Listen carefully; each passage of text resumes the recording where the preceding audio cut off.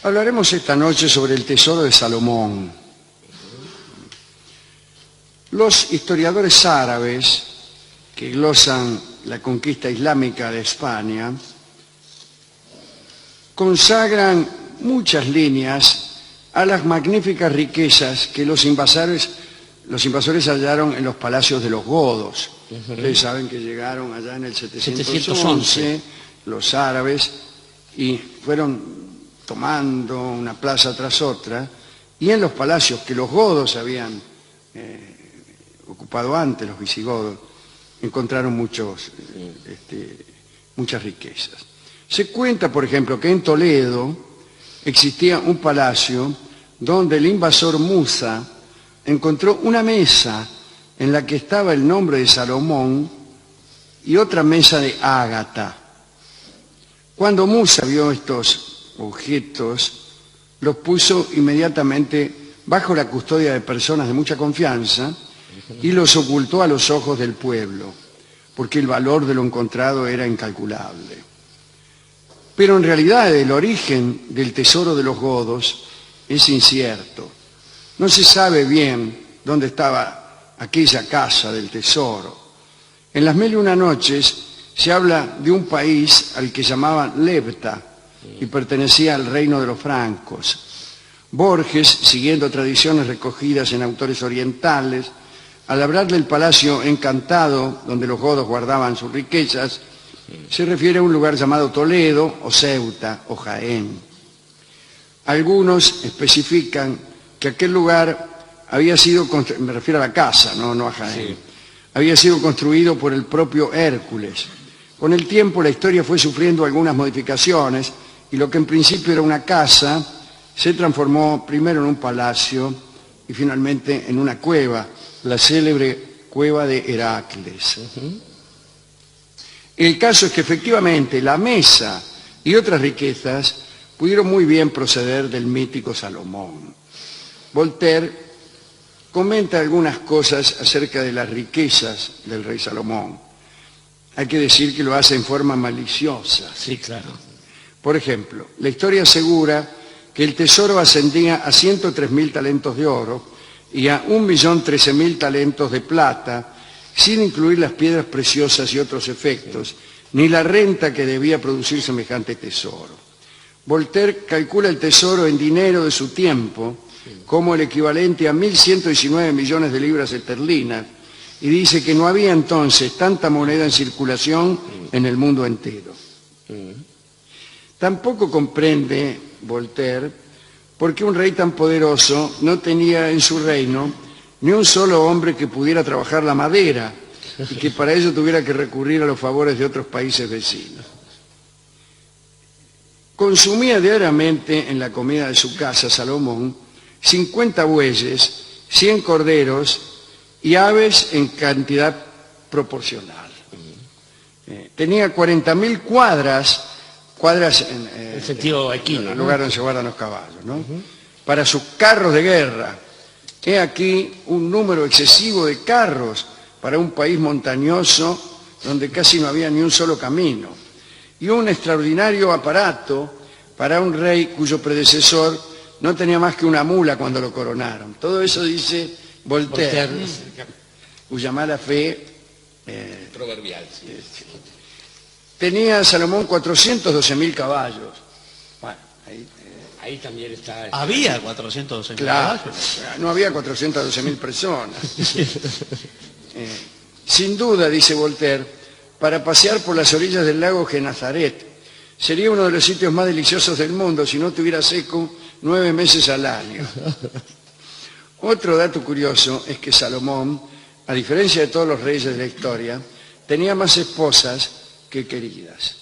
Tenía 700 esposas y 300 queridas. A manera de entender el matrimonio bastante curiosa y sana, digamos. Claro. Salomón murió allá por el 922 a.C. y en el milenio que lo separa de nuestra era, el pueblo de Israel sufrió la cautividad de Babilonia y la destrucción del templo, y no obstante, es posible que algunos objetos sagrados del tesoro del templo se salvaran y fueran resguardados en escondites secretos. Finalmente cayeron en manos de los romanos, si es que se salvaron, allá en el año 70, cuando las legiones de Tito tomaron y destruyeron Jerusalén. Flavio Josefo, el testigo, célebre testigo, cronista de aquella conquista, escribió: entre la gran cantidad de despojos, los más notables eran los que habían sido hallados en el templo de Jerusalén, la mesa de oro, que pesaba varios talentos, y el candelabro de oro. Cuando Tito regresó a Roma, exhibió este tesoro ante el pueblo que festejaba su triunfo. La procesión de Tito quedó inmortalizada en el arco erigido en su honor, el arco de Tito. Y en los relieves que decoran el monumento se distingue el candelabro de los 7 brazos llevado a hombros por los legionarios. Notable, ¿no? El tesoro de Salomón quedó depositado en los palacios imperiales y allí quedaron archivados hasta que en el año 410 el rey Alarico, el rey de los godos, conquistó Roma y la saqueó. Los sagrados objetos de Israel, confundidos con el resto de los tesoros imperiales, fueron a parar ¿a dónde? A Tolosa, a Toulouse, la capital de los godos. Claro. Y este sería el llamado tesoro antiguo, integrado por objetos cuya virtud emanaba una energía que rebustecía mágicamente al poseedor. O al menos eso creíamos los poseedores. Sí, sí. En el año 507, el rey Alarico II, presionado por francos y burgundos, tuvo que abandonar Tolosa para replegarse a sus posesiones en España. El tesoro se puso nuevamente en movimiento, cruzó los Pirineos para instalarse presumiblemente en la nueva capital de los godos, Toledo. Cuando llegó la conquista mora a España, el califa de Oriente ordenó que aquel valioso talismán le fuera enviado inmediatamente. La mesa de Salomón, más miles de monedas, fueron trasladadas fuertemente, con una fuerte escolta, ¿no? Pero misteriosamente en el trayecto entre Toledo y los puertos andaluces, el tesoro desapareció. Desde entonces varios personajes en épocas distintas han buscado el tesoro infatigablemente, especialmente en Toledo, en Jaén y en un pequeño lugar llamado René-le-Château. En Toledo, la leyenda de la cueva de Hércules arraigó profundamente, ¿no? Según se decía, en aquella cueva los antiguos se dedicaban a prácticas mágicas. La entrada a esta cueva estaba en unos túneles que había bajo la iglesia de San Ginés, hoy desaparecida. Los subterráneos se prolongaban hasta 3 leguas fuera de la ciudad. En 1546 el cardenal Juan Martínez y Liceo hizo explorar la cueva porque tenía la certeza de que allí encontraría el tesoro perdido. Hay un cronista que escribe y cuenta que se toparon con unas estatuas de oro puestas sobre una mesa también de oro. Y finalmente tuvieron que abandonar el lugar porque subía el agua. Recién en el siglo XIX la cueva volvió a ser visitada. En 1839 los exploradores se descolgaron con cuerdas hasta un pasaje cuya entrada estaba cerrada por una losa. Allí encontraron vestigios de grandes construcciones antiguas, pero ningún objeto sagrado. En 1929, un excéntrico sacerdote toledano llamado Ventura López registró la cueva.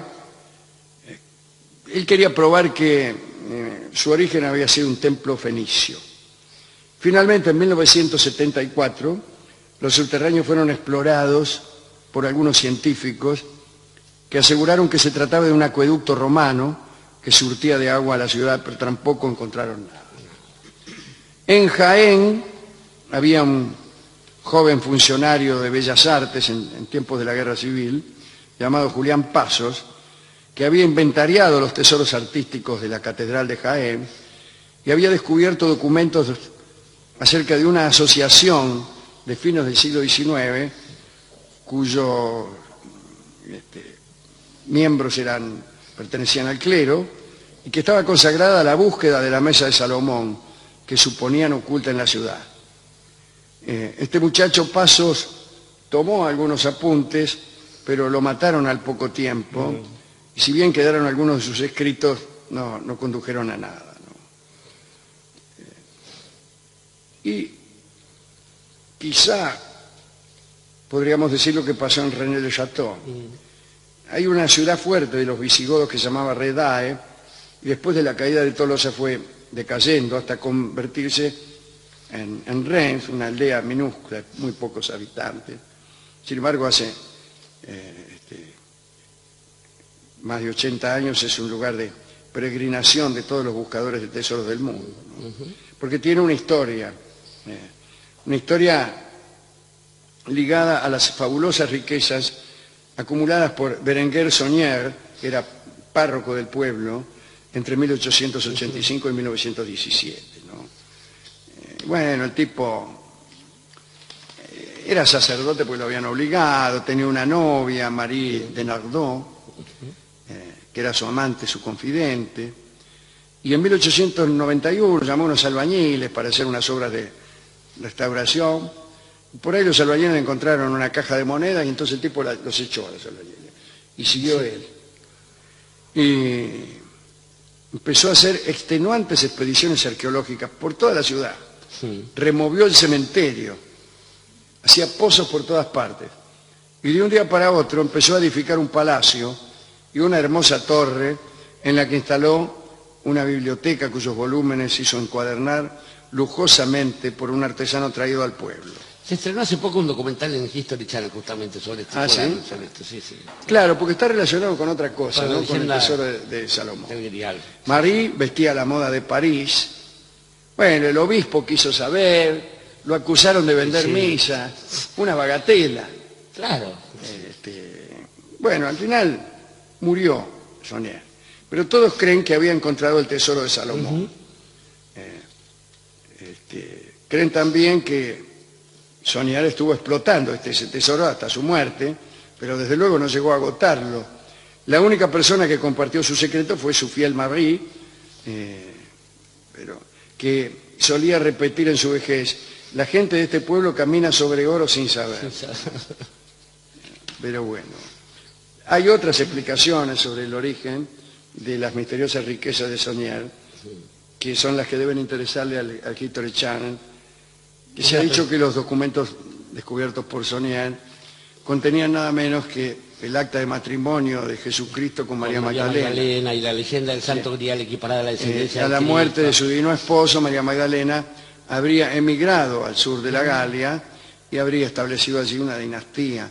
La sangre real, que era el Santo Grial en realidad. Claro, el Santo Grial era un secreto y el secreto era este, ¿no? En el siglo V el linaje de Jesucristo se enlazó con la casa de los francos y dio lugar a la estirpe merovingia. No creo que esos documentos le permitieran a Saunier hacer que su amante vistiera la moda de París. No, ciertamente no, y tampoco le permitió nunca a los merovingios hacerse con el poder en el mundo, ¿no? Eso tiene que ver con la progresión y toda esa verdura, que a partir de un libro llamado El Enigma Sagrado, de hace unos 30 años, anda dando vueltas por Claro, y que el último descubridor se llama Dan Brown, como diría Borges, el último descubridor de este gran secreto. Claro, es cierto, es el mismo asunto. Yo he tenido la precaución de no conocer mucho la obra de Dan Brown, pero bueno. Ha hecho muy bien. Estaba pensando, Alejandro, que en principio los arabistas se enojan cuando hablan de una ocupación del 711 al 1492, hablan de una presencia mucho mayor, más profunda, y todo eso. Estaba pensando que es gracioso que Voltaire se burlase de esa manera de estas cosas, cuando algo semejante a lo descrito por la leyenda sucede después, y sucede con la conquista de América, donde se crea una forma siniestra de poder financiero por inundar el mercado de un oro verdadero, y no es traído del tesoro de Salomón, sino de las minas de México, de Perú y compañía. Estaba pensando... Donde había riquezas verdaderas. Donde había riquezas verdaderas y que hicieron que España fuera la única potencia que en lugar de un desarrollo industrial, primero textil, etcétera, tuviera un desarrollo financiero que terminó hundiéndola, como le pasa a todos los países. Como le pasó a algunos, sí. Claro, y hoy confían en el poder financiero en lugar de la producción de objetos con tal sonantes. Hace algunos años. Hace muchos años. Algunos años antes que todos. Que todos, sí, con señor. esas mismas palabras. Absolutamente, y hablando de esto. Sí. Cuando todavía, bueno, en fin, no habían pasado algunas cosas. Recordaba en el medio otro amigo, este programa, que es el muchacho Rider Haggard, que es el autor de una novela conocida como Las minas del rey Salomón. Las minas del rey Salomón, sí, cuyo personaje era Alan Quatermain. Alan Quatermain. No solo participa en esa, sino también en otras novelas. Ayesha y tantas otras. Ahí está, muy bien. Donde también está el elefante blanco, Incubú, esto en idioma zulú, y que narra, se aferra de otra historia según la cual el Arca de la Alianza de Israel fue llevada hasta Etiopía. De hecho, hay una comunidad judía muy fuerte en Etiopía que sigue practicando los viejos ritos de la vieja Israel, tal como se hacían, allá en tiempos de Cristo, en el siglo I de nuestra era, y donde se suponía que habían ido a parar algunos tesoros de Salomón, y donde estaba nada menos que la reina de Saba también. Usted sabe que deberíamos hablar de Etiopía, porque allá por 1940 y tantos, el dictador de Etiopía, Haile Selassie, empezó a explicar ciertos asuntos, ciertos pasajes bíblicos, haciéndolos rimar con su ciudad, Isabeba, con su lugar, con su raza. Con su título de Negus. Sí. Con su condición de hombre blanco. De hombre blanco, etcétera, etcétera. Hasta hoy todavía hay algunos tipos que escriben música... reggae, en Jamaica, por ejemplo. En Jamaica, claro, donde todas las letras están muy vinculadas a Haile Selassie. Y aquel origen mítico, aquella continuidad mítica de esta genealogía, ¿no? Sí, que algún día deberíamos ordenar un poco los papeles que uno tiene en la cabeza. No está mal ser descendiente de Salomón cuando uno quiere reivindicar una cierta estima, mucho más que de David y que de algunos otros reyes. Y pensaba después en la forma en que se vieron los tesoros. En el caso de Toledo, un poeta dice: oro sobre acero, Aybar y Toledo, reivindicando el trabajo de los orfebres más que el metal precioso. Y recuerdo otro poeta, mucho más famoso, que dice: andaluces de Jaén, aceituneros altivos, deciden el alma de quién son esos olivos, y dice justamente: no los levantó la nada, ni el dinero ni el Señor, sino la tierra callada, el trabajo y el sudor. Digo que la riqueza parece haber sido, incluso en ese lugar de origen de tantos misterios y tantas cosas maravillosas y siniestras como España, la riqueza parece haber sido como un cuento que hemos comentado varias veces, una moneda de una sola cara.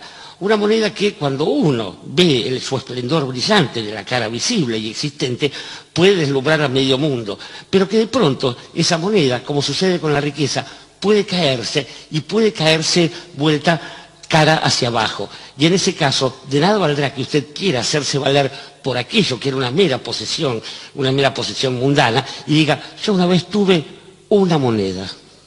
Y una moneda es la canción que vamos a escuchar ahora por el Sexteto Cabernet, que justamente estará en la Sala Siranusa en pocos días.